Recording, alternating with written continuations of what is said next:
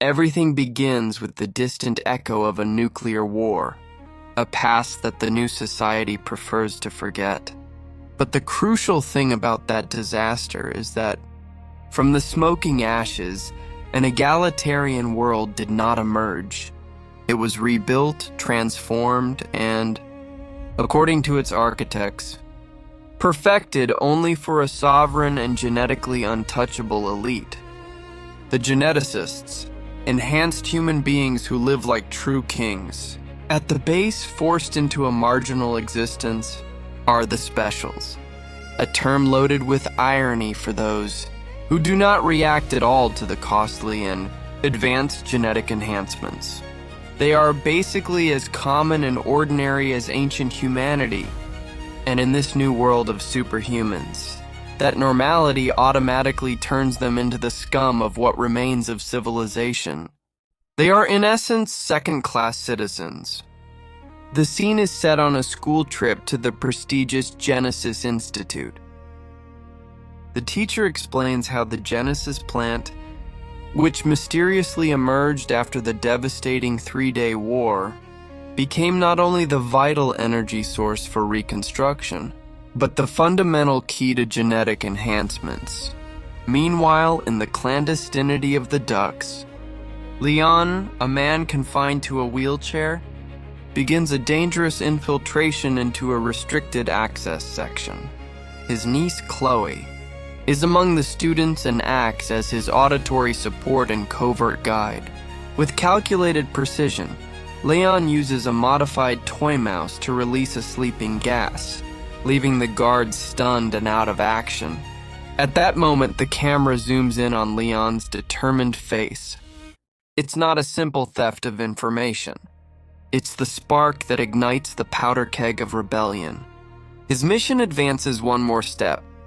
A stolen key, the precise connection to a pipe, and the pipe connects to a gas container he has brought. Leon's mission is simple and risky.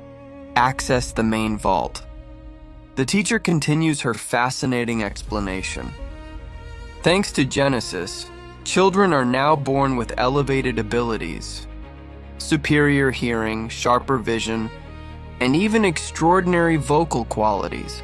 In a moment of genetic arrogance, she mocks the specials, that 10% of the population immune to enhancements, by calling them derogatorily weird bugs. Chloe, visibly upset by the insult, takes advantage of the guard intervening and discreetly steals a small notebook containing the second access code. Thanks to the code, Leon finally accesses the vault. There, guarded like a biological treasure of incalculable value, stands the mythical Genesis tree.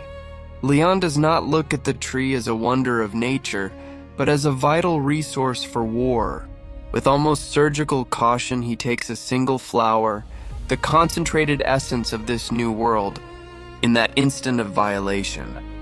The general alarm blares with a deafening sound, the unmistakable signal that order has been violated. The emergency evacuation is immediate. In the exit review, a guard with a condescending attitude mocks Leon's watch, engraved with the phrase, "We are all equal." Leon responds with astonishing serenity, quoting his mother's words, who risked her life cleaning radioactive waste. Sooner or later, everyone will get sick. In that sense, we are all equal. The scene changes. The politician Frank Kessler, Leon's father, appears on all screens with an official statement, pushing the controversial Amendment 42. His promise, bring genetic enhancements to all adults, including the specials. The famous singer Mira fervently supports the cause and announces a free concert in the specials district, a gesture of supposed unity. Leon remains skeptical. He firmly believes that everything is a political staging, a corrupt gesture. Chloe, on the other hand, clings to the desperate hope of Amendment 42, longing for real change. Before continuing, if you're enjoying this video, hit subscribe. More than 95% of those who watch it aren't subscribed. So help me keep this channel alive. We continue. Leon and Chloe operate in clandestinity, using the stolen Genesis flower to generate energy and help other specials. The need for money is maximum, and Leon accepts a home service in an exclusive restaurant in the genetic district. Chloe warns him, "It's illegal. We have rules. This could end very badly." While repairing the mechanical column of a chef, an anti-genetic squad bursts into the dining room. The boss shouts, "We hope you've enjoyed your last supper." The chaos is immediate and brutal. Tables overturned, screams and shots. The chef, seriously injured, returns to the kitchen and collapses. Leon, obsessed with collecting for the service, refuses to flee. Chloe reminds him of his wheelchair condition, but Leon's mind is already working on an extreme solution. They will put on the chef's damaged mechanical suit to go unnoticed and escape. The fight for money has become a fight for survival. Hidden, they hear the attackers discuss Mira's concert and a main event planned for the day after tomorrow. In the tension of the moment, a paper slips from the squad leader's pocket. Chloe, with masterful discretion, picks it up. It's a flyer for Mira's concert.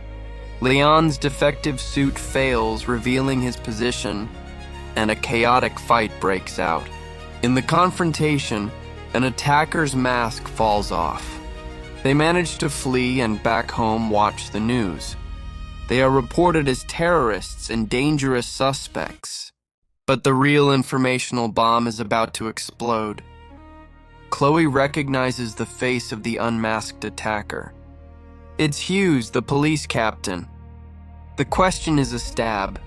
Why the hell would geneticists annihilate members of their own elite? Chloe, piecing together the Mira flyer, deduces that she is the next victim. Leon believes the target is bigger. Frame all the specials to justify a massive purge. Leon, overwhelmed by the danger, decides to flee. He tells Chloe they must leave, that they are just a teenager and a pathetic cripple. Chloe confronts him with a painful truth. If you do nothing, we will all be considered criminals. It's no longer just about us. She reproaches him for always considering him a brother, but now seeing him as a selfish coward on wheels. Chloe leaves in tears. Alone in the warehouse, Leon remains motionless. His mind returns to his own childhood, to the plea he made to his father. Everyone will be affected. He looks at the defective suit in front of him. Conscience has returned. Selfishness has given way to ethics. Chloe returns, surprised, and finds Leon working frantically. He has redesigned the suit.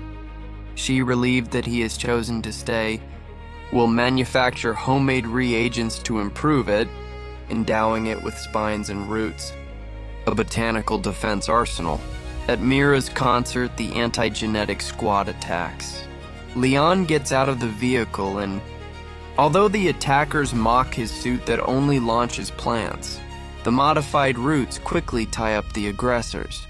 Chloe appears heroically at the wheel of the car for the escape. Mira, confused in the warehouse, asks if it's a kidnapping. Leon explains the truth. She is safe with them and warns her. The squad will attack Kessler tomorrow. At his family planning event, Leon and Mira attend Kessler's event disguised. Leon introduces himself as Dr. Planovchel. During the tour, Leon steals a key and calls the employees to a room. To listen to Mira sing, it's the signal.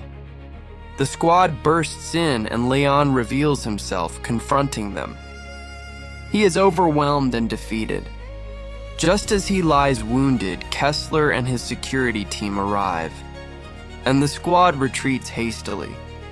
Leon, weak, looks at him. In a whisper that breaks the air, he says, "Father." The betrayal has been orchestrated by his own blood. Kessler is Leon's father. Chloe, observing, feels betrayed. Kessler, without remorse, uses Leon before the media as an example of genetic inequality. Amendment 42 is approved. Leon is sent to a medical camp, where his father gives him a letter from his mother. Learn to forgive. Never forget that everyone is equal. Chloe infiltrates the laboratory and records the moment of truth between Kessler and Hughes. Kessler reveals his goal. He only cares about curing his son, using brain material from a donor, and he doesn't care at all about the specials. Leon confronts his father, accuses him of being sick, and locks him up. Chloe broadcasts the images to the police and the public. In the final confrontation, Leon fights with his improved suit. When Hughes is about to finish him off, Leon desperately touches the Genesis tree, which releases lethal spines that defeat Hughes in a fulminant way. The police arrive, but Kessler has evaded capture, leaving only a dead nurse as a trace. Leon, Mira, and Chloe are together in the special district, finally safe. The hero of the armor is known, but Kessler, the great villain, still lurks in the shadows, a latent threat that has not been maximized completely yet. And so we conclude the maximized synthesis of Altered. To you, who are the essence and the engine of Recap in Minutes, we invite you to become part of our Minuteros. The moment is now. Join with the button that says "Join Me" and secure your seat in the next maximized analysis. Until the next great denouement,